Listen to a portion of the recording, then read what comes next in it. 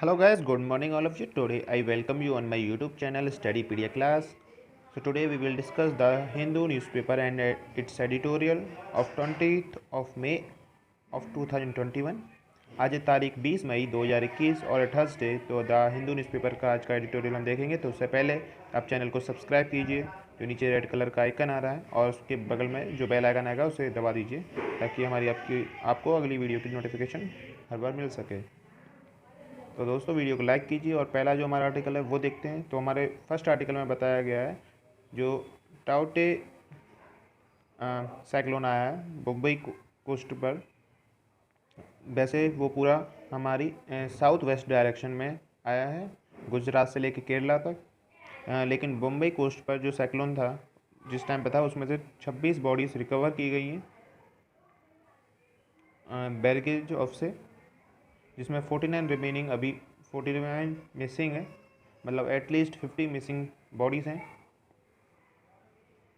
और फ्यूचर में देखा जाएगा कि कुछ लो प्रेशर एरिया एकर हो रहा है बे ऑफ बंगाल के अंदर, जो कि इंडिया की ईस्ट डायरेक्शन में है। जैसे कि इंडिया का मैप ये है, तो ये है अरेबियन सी, फेस में देखिएगा, ये है अरेबियन सी। तो यहाँ पर अभी टाउटे साइक्लोन आया है, और अभी थोड़ा लो प्रेशर एरिया की वजह से आप बे ऑफ बंगाल में भी फ्यूचर में 22 मई तक नॉर्थन अंडमान के अंदर भी साइक्लोन आने की आशंका रहेगी।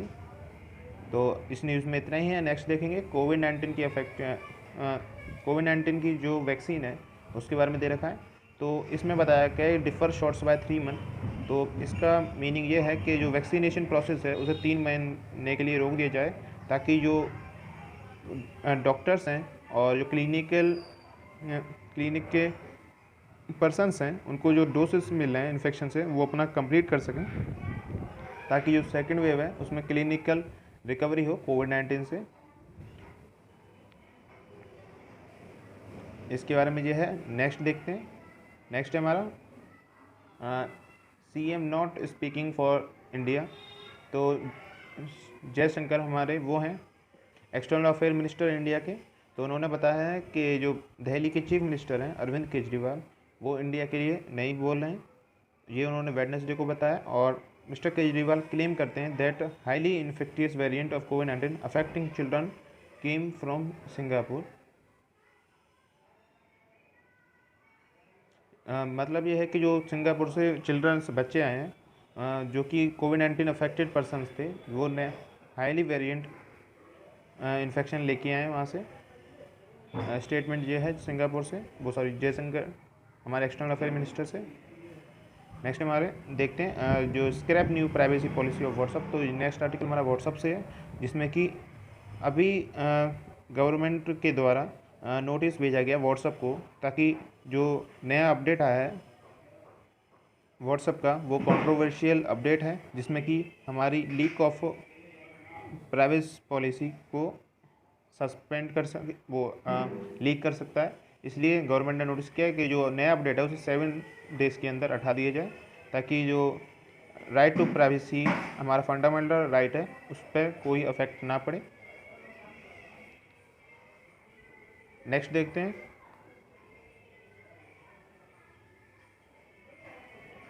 नेक्स्ट हमारा पेज नंबर 8 पर आए हैं। तो NGO can only open Delhi account till 30 June.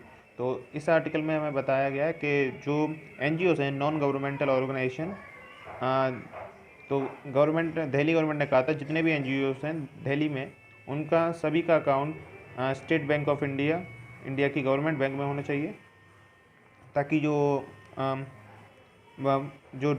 Donation होता है जो आउटसाइड ऑफ इंडिया से आता है वो डायरेक्ट गवर्नमेंट की नज़र में रहे, प्राइवेट बैंक्स में ना रहे। तो इसलिए जो अकाउंट खोलने की डेट रखी है एसबीआई के अंदर वो 30 जून रखी है। और इसमें अभी तक जो दिल्ली गवर्नमेंट है में 16% एसबीआई अकाउंट एक्टिव हैं एनजीओस के। नेक्स्ट देखते हैं न्यू स्ट्रोम लाइकली और इन बे ऑफ बंगाल। तो ये आर्टिकल मैं भी बता चुका हूँ। तो जैसा कि ये इंडिया है सपोज़ करिए, और यहाँ पर अभी टाउटे जो स्ट्रोम आया है ये अभी चला है, अभी ख़त्म होने वाला है। और यहाँ पर अभी बे ऑफ बंगाल है, ये अरेबियन सी है। तो बे ऑफ बंगाल में नॉर्थर्न अंडमान सी के अंदर 22 मई तक लो प्रेशर और साइक्लोन देखने के लिए मिल सकता है, क्योंकि यहाँ पर लो प्रेशर एरिया बन रहा है। ये आईएमडी की रिपोर्ट है। नेक्स्ट देखते हैं, PM care fund disclose details of covid care. तो प्लिया डाली गई है याचिका सुप्रीम कोर्ट के अंदर, ताकि direct prime minister citizens assistant and relief in emergency situation fund के लिए, यानी कि पीएम केयर फंड के लिए, ताकि वो जो मनी का जो अलॉटमेंट है पीएम केयर फंड के अंदर वो डिस्क्लोज कर सकें कोविड-19 केयर के लिए। तो अभी फ्यूचर में देखेंगे कि इस पर रिप्लाई क्या आता है सुप्रीम कोर्ट का।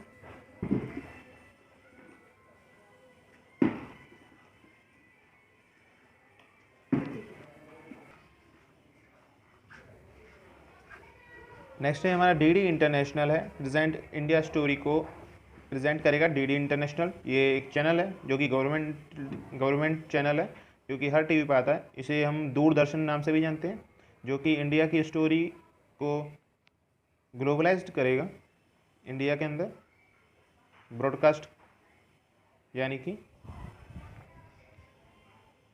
और जिस चैनल का नाम है DD international projects India point of view पूरी वर्ल्ड में। नेक्स्ट देखते हैं 6 यूनेस्को हेरिटेज जो साइट्स हैं इंडिया में ऐड हो चुकी हैं। जो इंडिया के मिनिस्टर हैं, कल्चरल मिनिस्टर प्रहलाद सिंह पटेल, उन्होंने 9 साइट दी थी आर्कियोलॉजिकल सर्वे ऑफ इंडिया को, जिसमें से 6 आर्कियोलॉजिकल हेरिटेज साइट एक्सेप्ट की गई हैं। ये इंक्लूड करती हैं गंगा घाट को, जो बनारस के अंदर है, टेम्पल ऑफ कंचनपुरम, और and the Satpura tiger reserve, जो कि मध्य प्रदेश में है दोनों। टेम्पल ऑफ कंचनपुरम मध्य प्रदेश में और सतपुरा टाइगर रिजर्व एमपी में ही।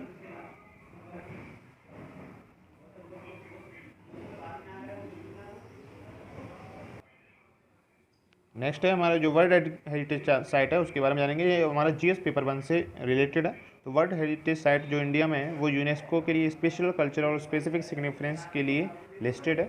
और लिस्ट है जो वर्ल्ड हेरिटेज साइट की वो मेंटेन की जाती है इंटरनेशनल बॉडी के द्वारा, जिसका नाम है वर्ल्ड हेरिटेज प्रोग्राम, जो कि एडमिनिस्ट्रेटेड की जाती है यूनेस्को वर्ल्ड हेरिटेज कम्युनिटी के द्वारा, जैसा आप यहाँ पर देख पा रहे होंगे। और the union national educational scientific and cultural organisation, इसकी फुल फॉर्म है यूनेस्को की, united nation educational scientific and cultural organisation, seeks to encourage the identification, protection and preservation of cultural and natural heritage around the world.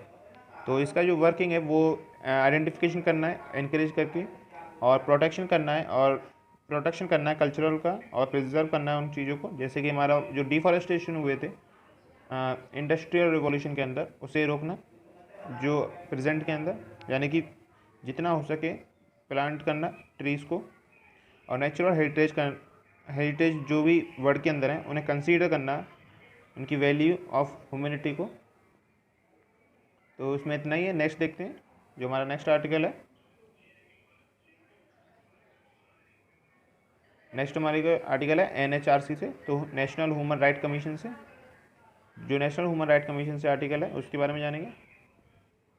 हमारा इसमें point of view है कि जो national human right commission है ये India की एक statutory body है, जो कि बनाई गई थी, कॉन्स्टिट्यूट की गई थी 12 अक्टूबर 1993 में under the protection of human right ordinance, जो कि 28 सितंबर 1993 को हुआ था। इसने एक स्टैट्यूटरी बेसिक्स दिए थे protection of human right act को, जिस 1993 में नेशनल ह्यूमन राइट कमीशन जो इंडिया की है वो रिस्पॉन्सिबल करती है प्रोटेक्शन और प्रमोशन ऑफ ह्यूमन राइट्स को। जो इसकी डेफिनेशन है वो एक्ट के द्वारा आई है, जो कि राइट टू लाइफ है, रिलेटिंग लिबर्टी है, इक्वलिटी है, डिग्निटी है इंडिविजुअली, जो कि इंडिया के कॉन्स्टिट्यूशन के द्वारा ग्रांट की गई है।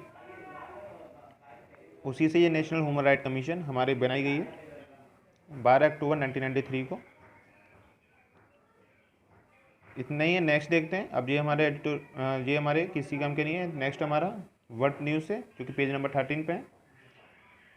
तो बिडेन सिग्निफिकेंट ई डिस्किलेशन। तो जो बिडेन है यूएस प्रेसिडेंट, उन्होंने इजराइल जो प्राइम मिनिस्टर हैं बेंजामिन नेतन्याहू, उनसे बात करी कॉल पर और वीडियो कॉन्फ्रेंसिंग।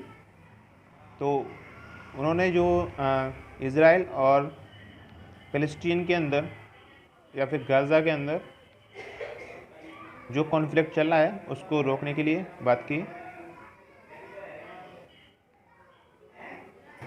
इस आर्टिकल में बस इतना ही बताया गया है। और नेक्स्ट देखते हैं पुतिन और जी जिनपिंग। पुतिन हमारे रशिया के प्रेसिडेंट हैं व्लादिमीर पुतिन, और चाइनीज़ कंट्री के जी जिनपिंग हैं जो कि जिन्होंने वेडनेसडे को टाई अप किया है ताकि जो न्यूक्लियर प्लांट है चाइना के अंदर उसे स्टेबलाइज कर सकें, लॉन्च कर सकें वर्क के लिए। जॉइंटली रशिया और ताइवान प्लांट ऑपरेटिंग कर रहे हैं सिंस 2007 से, जिस स्टेशन का नाम है प्लांट का जोडाबाओ स्टेशन, जो कि स्टिल अभी कंस्ट्रक्शन में ही है। और we can say that Russian Chinese relation has reach the highest level in history. तो हम ये भी कह सकते हैं कि रशिया और जो चाइना का रिलेशन है अभी तक इतिहास में सबसे ज़्यादा है। और जी जिनपिंग का जो न्यूक्लियर एनर्जी है, जिसकी स्ट्रेटजी है प्रायोरिटी के साथ कोऑपरेशन करना दोनों कंट्रीज़ के बीच में, ये चाइनीज़ फॉरेन मिनिस्ट्री के द्वारा कहना है। इस आर्टिकल में बस इतना ही है कि न्यूक्लियर प्लांट के लिए रशिया और चाइना ने टाई अप किया है ताकि जो लॉन्च ऑफ वर्क स्टेबलाइज कर सकें चाइना के अंदर। नेक्स्ट आर्टिकल हमारा यूरोप यूनियन। जो यूरोप यूनियन है, मतलब जो इतना भी यूरोप एरिया है एशिया के वेस्ट साइड में और अफ्रीका के नॉर्थ साइड में, तो जो उनकी कंट्रीज़ हैं उनमें से 7 नेशंस ने ग्रीन लिस्ट जारी की है ताकि जो ट्रैवलर्स हैं उनके लिए जो पैसेज है ट्रैवल करने का वो खुल जाए सिर्फ उन लोगों के लिए जो कि वैक्सीनेटेड लोग हैं, जिन्होंने वैक्सीन लगवा ली है। तो उन कंट्रीज़ की जो लिस्ट है वो इसमें है, ग्रीन लिस्ट के अंदर जो शामिल है तो वो हैं Australia, Israel, New Zealand, Rwanda, Singapore, south Korea and Thailand, और उसके साथ चाइना है। लेकिन चाइना भी इसमें कॉन्क्लूड तब होगा जब बीजिंग एग्री कर देगा। इसमें बस इतना ही है। नेक्स्ट देखते हैं इस आर्टिकल में। ये नेक्स्ट आर्टिकल हमारा न्यूज़ से, तो इसमें बताया गया श्रीलंका ने बॉर्डर को 10 दिन के लिए बंद कर दिया ताकि कोई ट्रैवल ना कर सके और जो थर्ड वेव है उसे रोक सके। नेक्स्ट हमारा फाइनेंस है, तो low confidence plus high fuel. तो इस आर्टिकल में सिंपल सी बताते हैं, जो हमारी जो फ्यूल के प्राइसेस हैं वो इंक्रीज़ हो रहे हैं, जिसकी वजह से इंडिया की इकोनॉमी पर भी इफेक्ट पड़ रहा है। और फ्यूल के प्राइस बढ़ रहे हैं उससे जो लोग हैं इंडिया के, वो जो उनके पर्सनल सेंटिमेंटल एक्सपेंसेस हैं जैसे कि हेल्थ केयर के, वो भी उनकी अफेक्ट कर रहे हैं प्राइजेस की वजह से। और इस मंथ में अप्रैल से लेके नेक्स्ट मंथ में सबसे लो फ्यूल डिमांड हुई है और व्हीकल रजिस्ट्रेशन। इसमें बस इतना ही बताया गया। और नेक्स्ट देखेंगे अब सीधा हम एडिटोरियल में चलते हैं। हमारा न्यूज़पेपर यही ख़त्म होता है। नेक्स्ट है हमारा फ्लैशिंग लाइट, और ये है हमारा फर्स्ट एडिटोरियल जिसमें कि बताया गया है कि इंडिया में जो इकोनॉमी है आरबीआई के द्वारा वो लो देखी गई है सेकंड कोविड-19 की वजह से जो इम्पैक्ट पड़ा है पैंडमिक में। और जो अनएम्प्लॉयमेंट रेट है वो इंक्रीज़ हुई है 17.5% मंथ टू मंथ। जो डोमेस्टिक ट्रेड है वो भी कम हो रही है। जो पैसेंजर्स का ट्रैफिक है वो भी गिर रहा है हर महीने। क्रिटिकली जो रिस्क पड़ा है वो एग्रीकल्चर और रूरल एरियाज़ में पड़ा है, क्योंकि जो कोविड-19 के अब जो सिम्टम्स देखे जा रहे हैं वो इंक्रीज़ हो रहे हैं रूरल एरियाज़ में और सेमी रूरल एरियाज़ में। और इससे जो फाइनेंशियल प्रॉब्लम पड़ी है इकोनॉमी पर इंडिया की, उससे सबसे ज़्यादा भी इफेक्ट रूरल एरियाज़ और सेमी रूरल एरियाज़ भी इफेक्ट हो रहे हैं। और एग्रीकल्चर सेक्टर के हिसाब से जो जो पेजेंट्स हैं वो फेस कर रहे हैं चैलेंजेस आने वाले कई महीनों के लिए, जैसे कि जो भी खरीफ क्रॉप आएगी वो भी फ्यूचर में होने के लिए अभी है। लेकिन जैसे अभी हालात हैं कोविड-19 की वजह से, जो पेंडेमिक चल रहा है उसकी वजह से इसमें भी डिफ़िकल्टीज़ देखने के लिए फ्यूचर में मिल सकती है। इस आर्टिकल में बस इतना है। नेक्स्ट देखेंगे जो फ्रेश स्टार्ट है। नेक्स्ट ये आर्टिकल हमारा वैसे किसी काम का नहीं है, तो इस आर्टिकल में जो बताया गया है वो सिंपल है। जो केरला है इंडिया की स्टेट, उसके जो चीफ मिनिस्टर हैं पिनराई विजयन, उन्होंने फ्रेश स्टार्ट इसलिए बताया गया वहाँ पर, इसकी हेडिंग इसलिए है क्योंकि जो चीफ मिनिस्टर हैं केरला के, उन्होंने 21 मिनिस्टर्स हैं जो कि न्यू काउंसिल की जो सीट्स हैं उसमें से 17 जो फेसेस हैं, मतलब 17 लोग नए चुने जो कि उनका बैकग्राउंड नहीं था, तो उन्होंने फ्रेश स्टार्ट किया है नए लोगों को अपॉइंट करके ऐसा मिनिस्टर। नेक्स्ट में देखते हैं हमारा जो थर्ड है एडिटोरियल, वो है इंटरप्रिटेशन विच इम्प्लीड ए जस्ट सोशल ऑर्डर। तो इस जो आर्टिकल में बताया गया है कि जो महाराष्ट्र है उसने सुप्रीम कोर्ट में जो बताया था, उन्हें रिजर्वेशन चाहिए था जिसमें कि 15 और 16% इंक्रीजमेंट करना था, लेकिन जो महाराष्ट्र के पास पहले से 50% जो रिजर्वेशन है वो उनकी आउन स्टेट के लिए, तो मराठी कम्युनिटी के लिए जो एजुकेशन और पब्लिक एम्प्लॉयमेंट में स्टेट में एम्प्लॉयमेंट चाहिए थी, उसके बारे में बताया गया है। और डिटेल में देखेंगे तो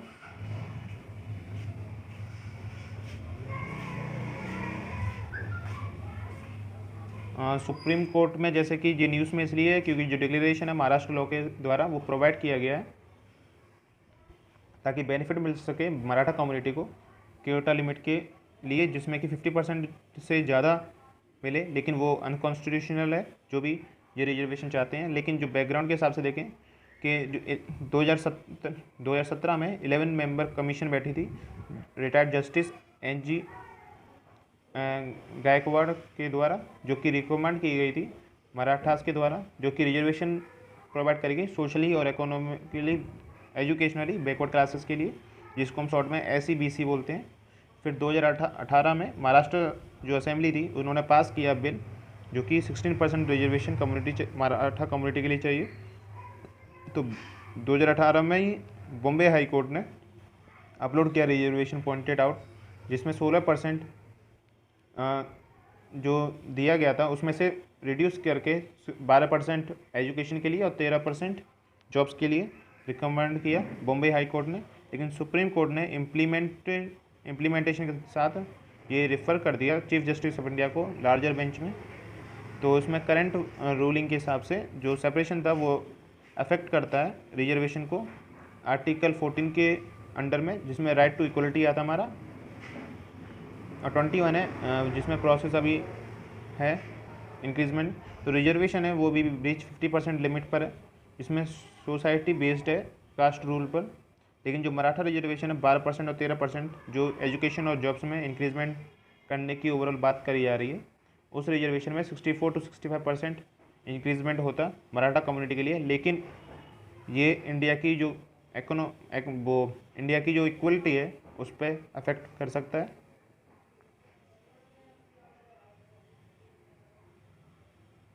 और ये national commission for backward classes है NCBC, ये बनाई गई थी तभी 102 अमेंडमेंट एक्ट के द्वारा 2018 में, जो कि इंट्रोड्यूस की गई थी 338B आर्टिकल में, 342A कॉन्स्टिट्यूशन के अंदर। जो 338B है आर्टिकल इंडिया की कॉन्स्टिट्यूशन में, वो स्टेबलाइज करता है national commission for backward classes. और 42A आर्टिकल स्पेसिफिक है सोशली और एजुकेशनली बैकवर्ड कम्युनिटी के लिए मराठा स्टेट के अंदर। तो पार्लियामेंट ने इंक्लूड किए कम्युनिटी सेंट्रल लिस्ट के अंदर। तो पार्लियामेंट जो है वो कम्युनिटी डिसाइड करती है सेंट्रल लिस्ट के अंदर कि कौन बैकवर्ड क्लास में है और सोशली क्लास में है, जो कि जिनको ग्रांट चाहिए रिजर्वेशन बेनिफिट के लिए। ये सब डिसाइड कौन करता है? पार्लियामेंट। और पार्लियामेंट में कौन कौन सी चीज़ आती हैं? प्रेसिडेंट, राज्यसभा और लोकसभा, ये तीनों पार्लियामेंट साथ में बोली जाती हैं। तो इस आर्टिकल में इतना ही है। नेक्स्ट देखेंगे college of law that leaves workers out in the cold. तो इस आर्टिकल में जो बताया गया है वो है कोविड-19 की वजह से जो लिवलीहुड पर अफेक्ट पड़ा है, लाइफ्स पर अफेक्ट पड़ा है, जो कि अनप्रिपेयर्ड गवर्नमेंट के जो लो पेड थे उसी वजह से, और इनफॉर्मल वर्कर्स की जो जॉब्स हैं उसकी वजह से जो अफेक्ट पड़ा है लाइफ के ऊपर, ये उसके बारे में आर्टिकल बताया गया, जिसमें कि अगर हम इसमें शॉर्ट में देखें तो ज़्यादा कुछ नहीं दिया इसमें, जो हमारे काम से हैं, जो कि मैटरनेट इसमें की बेनिफिट बाद में देखेंगे। और इसमें एक एसएस कोड 2020 है, इसके बारे में जानना है। तो ये है एक मार्जिन जो सोशल सिक्योरिटी लॉ प्रोवाइड करता है और अटेम्प्ट प्रोवाइड करता है इनफॉर्मल वर्कर्स के लिए, ताकि a bit of social security administration के लिए दे सकें। और इसी में एक और चीज़ ये है, जो मैटरनिटी बेनिफिट है जो महिला के लिए दिया जाता है, जो कि एसएस कोड के अंडर में आता है। प्रोविजंस जो है मैटरनिटी बेनिफिट के वो प्रोवाइड किए जाते हैं एसएस कोड के द्वारा, जिसमें कि स्टेबलाइज किए गए एम्प्लॉइंग 10 से वर्कर्स या उससे ज़्यादा। और establishment in the proposed code did not, और जो स्टेबलाइजमेंट है वो अनऑर्गेनाइज्ड सेक्टर को इंक्लूड नहीं करता है। और जो लॉस्ट हुई अपॉर्चुनिटीज़, जैसे कि जो गवर्नमेंट के जो जॉब्स वैकेंसीज़ हैं जैसे आती हैं, वो पेंडेमिक की वजह से भी उनकी जो डेट्स हैं वो इंक्रीज़ हो रही हैं, और कुछ वैकेंसीज जो कैंसिल कर दी जाती हैं पेंडेमिक की वजह से, क्योंकि ऑन टाइम नहीं हो पा रही हैं, इम्प्लीमेंट नहीं कर पा रहे हैं। और जो हर्डल पड़ा है वर्कर्स को, वो भी देखने के लिए मिला, क्योंकि 90% जो इनफॉर्मल सेक्टर है वो अफेक्ट हुआ है सेंट्रल और स्टेट गवर्नमेंट के अंदर, जो कि अनऑर्गेनाइज्ड वर्कर्स हैं। इस एडिटोरियल में इतना ही है। नेक्स्ट देखेंगे, जो नेक्स्ट हमारा लास्ट है, इसमें बताया गया है इंडिया और चाइना पाकिस्तान के जो ट्रेड रिलेशंस हैं उनके बारे में। तो डिटेल में देखते हैं तो ज़्यादा कुछ दिया नहीं है, वैसे भी कुछ ज़्यादा रिलेशंस इंडिया के उसके साथ होते नहीं है। जो हमारा जीएस पेपर 2 से रिलेटेड है, जिसमें effect of policies and politics of countries on India interest के ऊपर आ सकता है।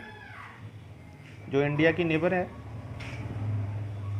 तो पाकिस्तान ने डिसाइड किया था 2019 अगस्त में, जो बायलैटरल ट्रेड है वो फॉल आउट कर दी थी कॉन्स्टिट्यूशनल चेंजेस के कारण जम्मू कश्मीर में।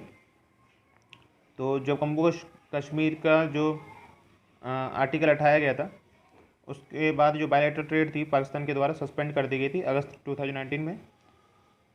जो अंडरलाइंग रीज़न था सस्पेंडिंग ट्रेड का, वो 200% टैरिफ था, इम्पोज किया गया था इंडिया के द्वारा। और पाकिस्तानी जो इंपोर्ट हैं और एक्सपोर्ट हैं वो भी बहुत ज़्यादा इफेक्ट पड़ा है पुलवामा अटैक के बाद। तो दोनों ट्रेड के बीच में, जैसे कि इंडिया का जो एक्सपोर्ट था पाकिस्तान के लिए जाता था वो 60% तक गिर गया, जिसमें $816 million.62 का हमें जो घाटा हुआ, 60% ट्रेड गिर गया। और जो इंपोर्ट होता था वो 97% होता था, जिसमें 13.97 मिलियन, मतलब 14 मिलियन अप्रॉक्सीमेटली इंडिया का जो इंपोर्ट था वो इफेक्ट पड़ा।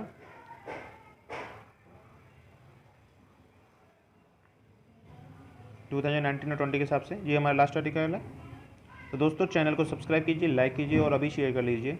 और ऐसी वीडियोस देखने के लिए और अदर एजुकेशनल वीडियोस में भी मैं डालूंगा, तो चैनल को सब्सक्राइब कीजिए और लाइक कर दीजिए और वीडियो को शेयर कर दीजिए। जो नीचे रेड कलर का आइकन आ रहा है सब्सक्राइब जैसा, उस पर क्लिक करके, और बेल आइकन को जरूर दबा दीजिए। तो जब कल मिलेंगे दोस्तों, जब तक के लिए जय हिंद, वंदे मातरम।